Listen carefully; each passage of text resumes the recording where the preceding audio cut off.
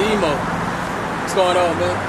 What's up, Nev? Welcome to New Orleans, man. Thank you, bro. Hey, this the 60-year-old rapper, well known on the streets.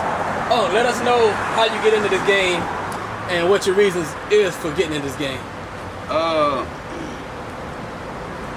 Basically, God got power we don't know nothing about, to be honest with you, man. I had to move to California. I was trying to get on with my life, and by the power of God, he changed the plan. He had me come back to New Orleans in August of 2011. And when I came back, my nephew started hitting me up. Unc, let's do a rap song. And I kept saying, come on, man, I ain't no rapper, you know what I'm saying? I'm retired and shit, I ain't about doing no rap. He kept on hitting me, come on, give me a rap. And we had done a spoken word before, you know, about trying to save our people in New Orleans with this Katrina thing, try to help our folks. So he kept on me, he said, come on, man, you could do this, And finally, after he kept pounding on me, I said one day I sat down and I wrote a hook. You know how the hook goes, the first part. I said, yeah, I'm a 60-year-old rapper. I said, my knee be killing me. So I just wrote it up. I'm a 60-year-old rapper with a bad knee. What happened was, 2 days later, Prof called me and said, Unc, I got to holler at you. I went by the studio, and he dropped that beat on me. And when he dropped that beat on me, man, it was like, I had to go right now, you know what I'm saying? But that beat that he came so strong with, I had to put some words with it to make it sell. So we went with it, dog, and by the power of God, we put it out on the 1st of October before November got hit good. It was on World Star Hip Hop. And God took it like a rocket, bro. It just blew.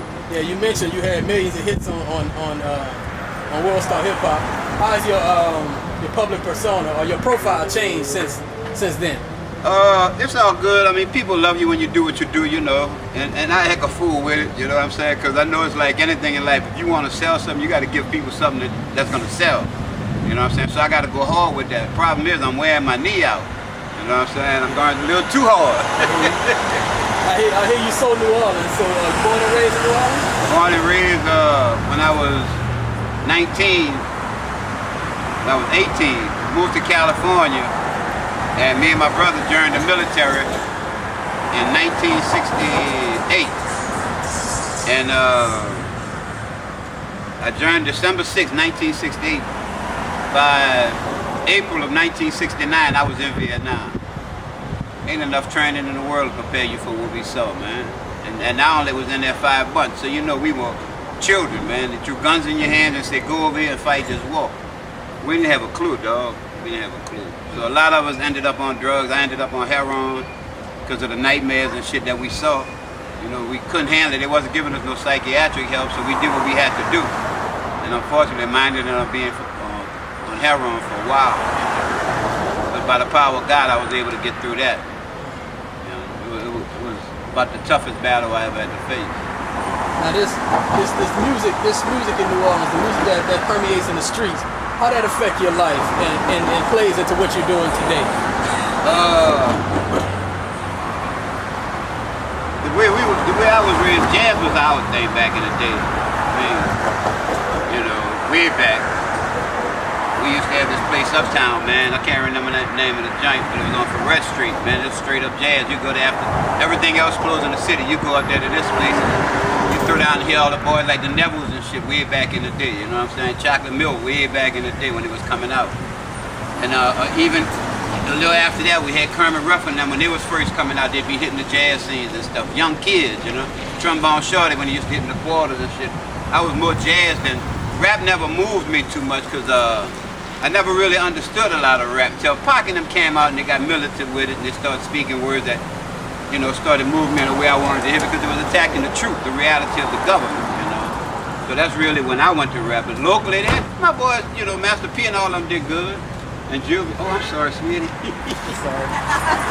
One of these. Don't put me up on the internet. You just type the 60-year-old rap. All right, cool. And then come back to the show, tell me what you think, all right? Thank you. Yeah, no problem. And now I'm going to put you in the interview when you come back and tell me what you think. Yeah.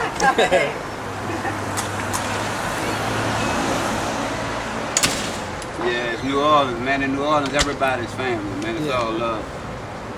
Unfortunately, our kids can't get back on the right track. But musically, you know, rap never really was my big thing.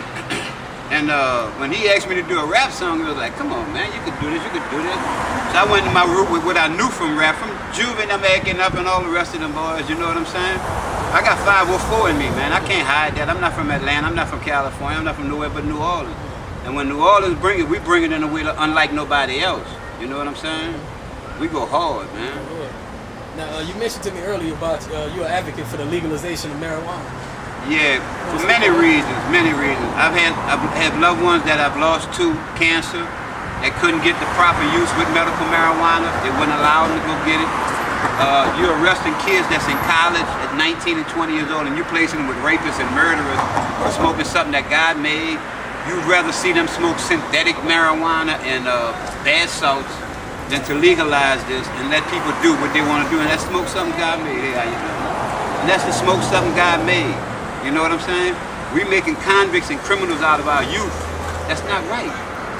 Just because they're smoking something that God made, that does not make them a criminal. And now they actually have our people believing that if you smoke marijuana, you're a convict, you're a criminal.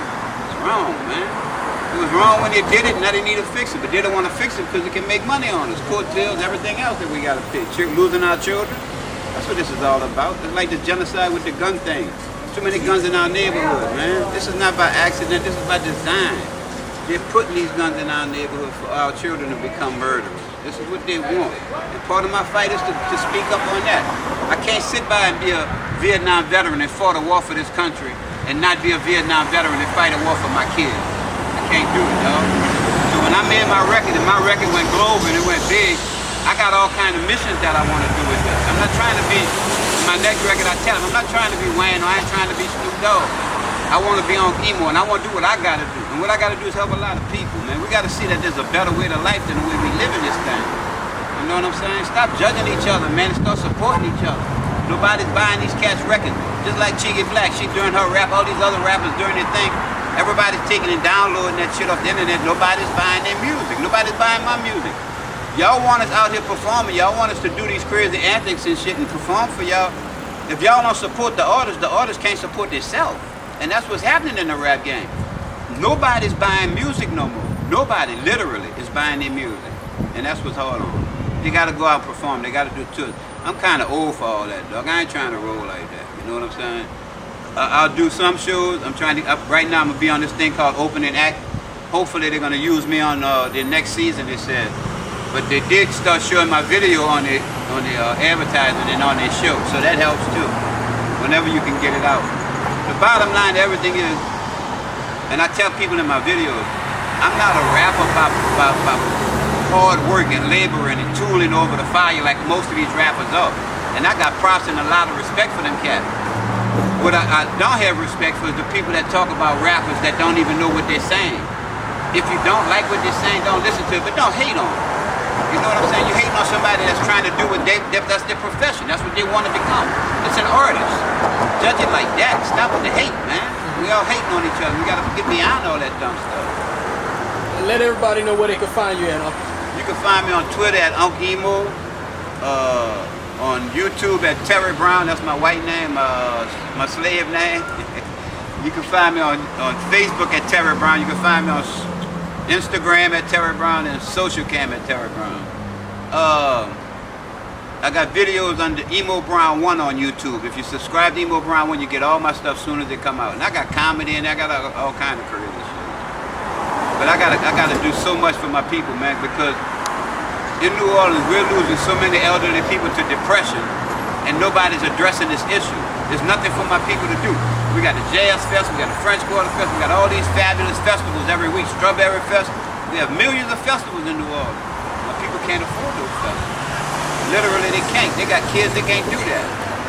I'm saying that New Orleans East should become back and start having entertainment for my people, my elderly people, where they can feel safe and go out and get back to living. That's all I'm saying. Give them a chance. That's a wrap. Rap.